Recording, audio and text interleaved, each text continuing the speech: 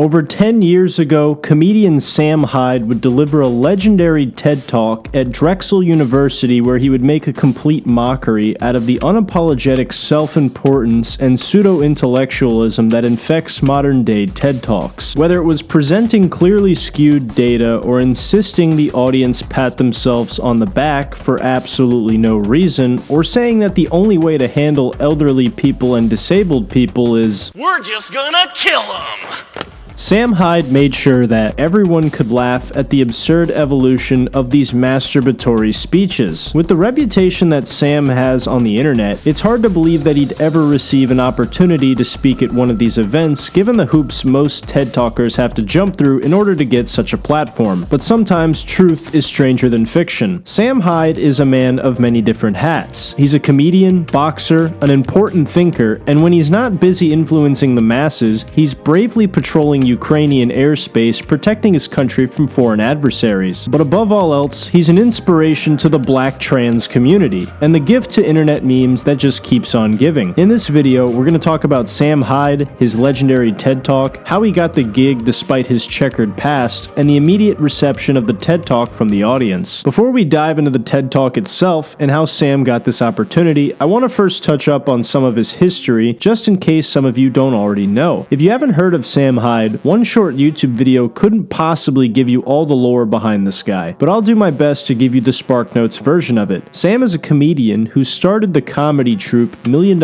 Extreme alongside fellow comedians Nick Rochefort and Charles Carroll. Their style of humor can be described as highly ironic, deliberately edgy and abrasive, and sometimes it comes off like a shitpost from an Instagram meme account. Mommy just brought back food for me. I can't wait to see what it is.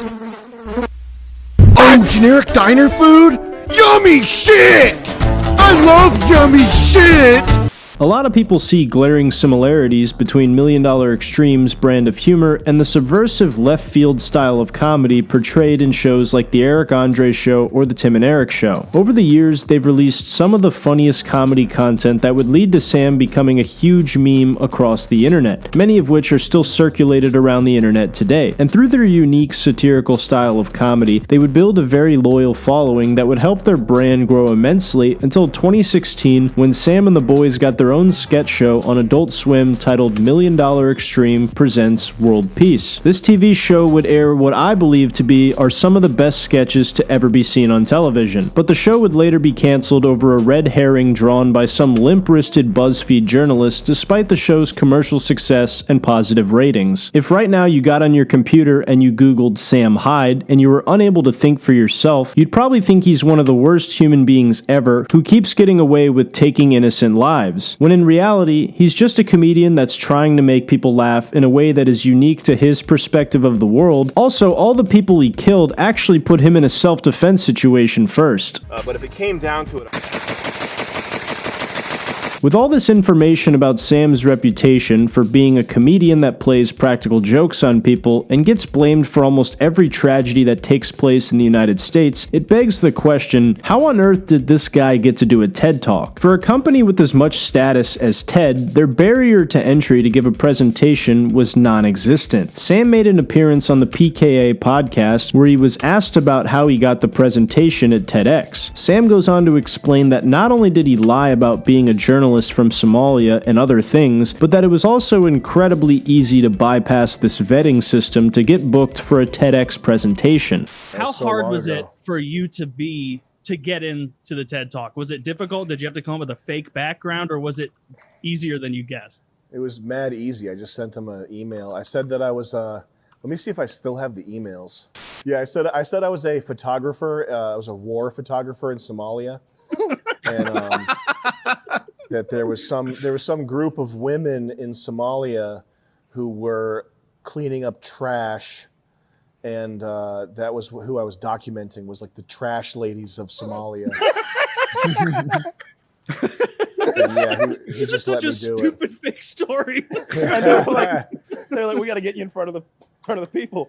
You would think that the people booking these events would maybe Google the people they're giving a platform to, but thank God they didn't in this case. The bookers at TEDx probably just thought it was a good idea to give anybody who wanted to spread a message the opportunity to do so. And that proves that sometimes great ideas are actually horrible ideas. Anyway, Sam would be shocked at how easy it was to get a spot on TEDx, so to prepare, he would begin to write a script full of the most mind-bending and schizo talking points, while simultaneously mocking the self-congratulatory tone of most TED Talks. Sam would also fill the script with overused buzzwords and common catchphrases seemingly designed to punish the audience with corniness. Once the script was perfected, the time would come in October 2013 when Sam would make his TEDx presentation. The organizers of TEDx took Sam's phony biography hook, line, and sinker and regurgitated it right before he went up to do his presentation, even though it's all complete bullshit. Then Sam proceeds to walk out in plastic greaves and disheveled clothing to give a hysterical introduction.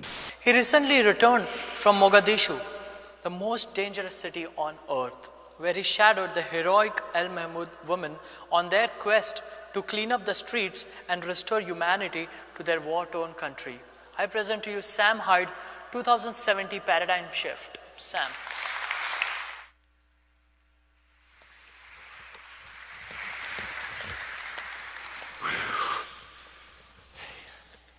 Can I have this water here? Is this anybody's? I'm claiming that right there. Give me like 25 seconds here.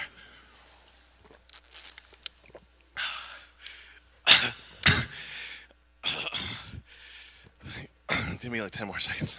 Being out of breath and chugging water just to waste everyone's time and punish the people in attendance is fucking hilarious. You know the people in the audience are like, what the hell is this guy doing right now? Why is this journalist dressed as a knight with a beanie on? I'll share a few more of my favorite parts from this TED Talk, but the full thing is 20 minutes, so I can't possibly show every part of it. He then tells everyone to pat themselves on the back and how they deserve it for doing absolutely nothing. Then he shares an anecdote from a time he was in school. Guys, pat yourselves on the back right now, okay? Let's do it. Come on. That pat on the back right there is for saving the world. I'm looking at young minds right now. You guys are all intelligent. I know that you did good in school. I didn't do that. I'd like to start this talk off with a parable, a story, if you will. I was at a college, a second tier, not an Ivy League school, a second choice school. And I was in a class, and there was a student in that class, okay?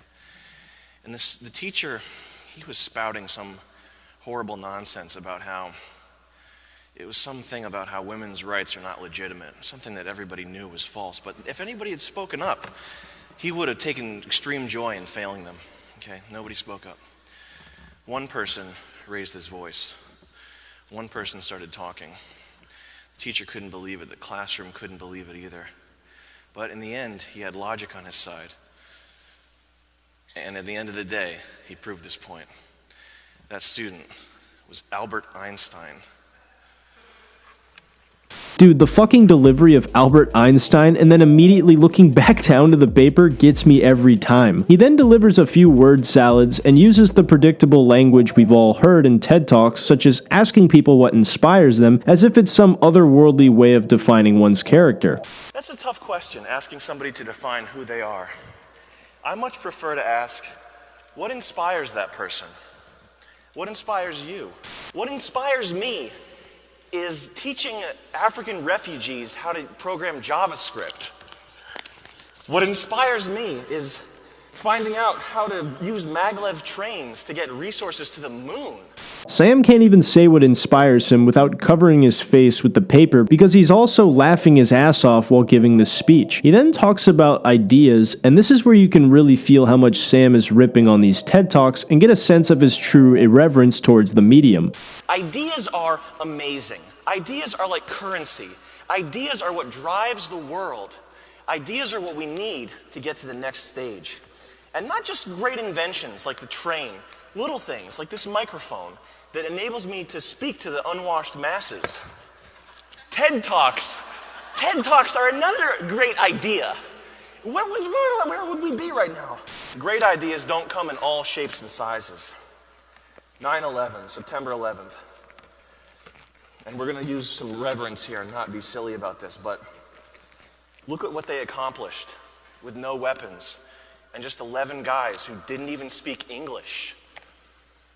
And that proves that sometimes great ideas are actually horrible ideas. Absolute insanity. Sam can talk about 9/11 when you consider all the other tragedies he's carried out over the years. Anyway, I don't want to ruin the whole TED Talk for you, so I'll just show you one more part that is my absolute favorite. Later in the presentation, Sam talks about some of the issues the country will face in 2070, and one of the biggest issues he immediately lays out a solution for is this. Guys, what's the one problem right now that's not going to be around in 2070? The elderly and the disabled. Because we're just gonna kill them. We're just gonna kill them. So we looked at the data. This whole thing was absolutely insane, and I still can't believe it happened. Then once Sam walks off stage at the end, you can see the host of the event looking flabbergasted and confused, like he doesn't know what the hell just happened. I don't think anyone could have predicted this. I thought somebody would have tried to kick Sam off by now, but they probably knew better than to put Sam in a self-defense situation.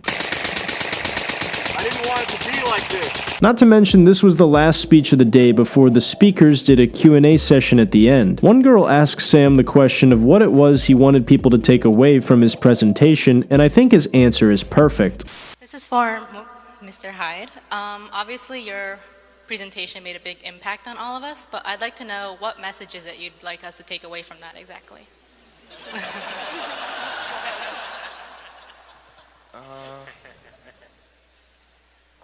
I don't know, man. I guess that's up to you. I don't know. It's nothing. It's just a bunch of crap. The reason I think this answer is perfect is because I think it's symbolic of Sam's entire brand of comedy and his use of irony. I know to a lot of his fans this is probably cringe of me to say, but I truly believe Sam just does whatever he finds to be the most entertaining thing possible, and that a fair amount of the time at least, there isn't really some deep message embedded that he wants you to take away. And I don't think it's beneficial a lot of times for people to really try to diagnose the reason or the message that someone has when they're doing comedy. I'm of course telling you what I think is funny about this presentation, but I'm not trying to be an armchair psychologist who tries to understand every single thing Sam does and why he does it. I think one of the mistakes a lot of journalists make is they try to characterize a political or ideological slant in Sam's comedy, rather than just understanding that Sam just wants to make people laugh, and the message that they take away is secondary. I'd expect nothing less from them though, because a lot of journalists are untalented, shit-eating hack losers with nothing better to do than writing borderline libelous articles and lying to the general population for work. Labeling Sam Hyde as a member of some type of indie bookstore because he's not afraid to mock everybody regardless of their race, religion, color, creed, or sexual orientation is totally bogus, and everyone with a fully functioning brain knows it. Furthermore, I merely scratched the surface as to why this TED Talk Sam did is so legendary on the internet, and I only showed a few parts because the full speech can be found on YouTube, and I think you'd laugh a lot more if you watched it in its entirety. So make sure to check it out after this video if you want a good laugh. You might think of Sam Hyde as a niche type of internet sketch comedian, but he's also been a huge influence on a few of the funniest and most successful comedians working today, such as Nick Mullen and Shane Gillis. He's also recently taken pictures with other comedians such as Louis J. Gomez and Tim Dillon, and he's currently on a nationwide comedy tour with the World Peace Gang. So I think it's fair to say that Sam Hyde still has an admirable level of influence, and his comedy is funny to a large demographic of people, and I'm excited to see what he does next. Anyway, what did you guys think about Sam's TED Talk? Have you seen the whole thing? Did you like it? Did you not like it? Is this your first time hearing about Sam Hyde? Let me know what you guys think in the comments down below. Also, make sure to give me a thumbs up and subscribe if you enjoyed this video. That's all I got for you today. I love you guys, full homo, and I'll see you in the next one. Also, just in case Sam tries to copyright claim this video,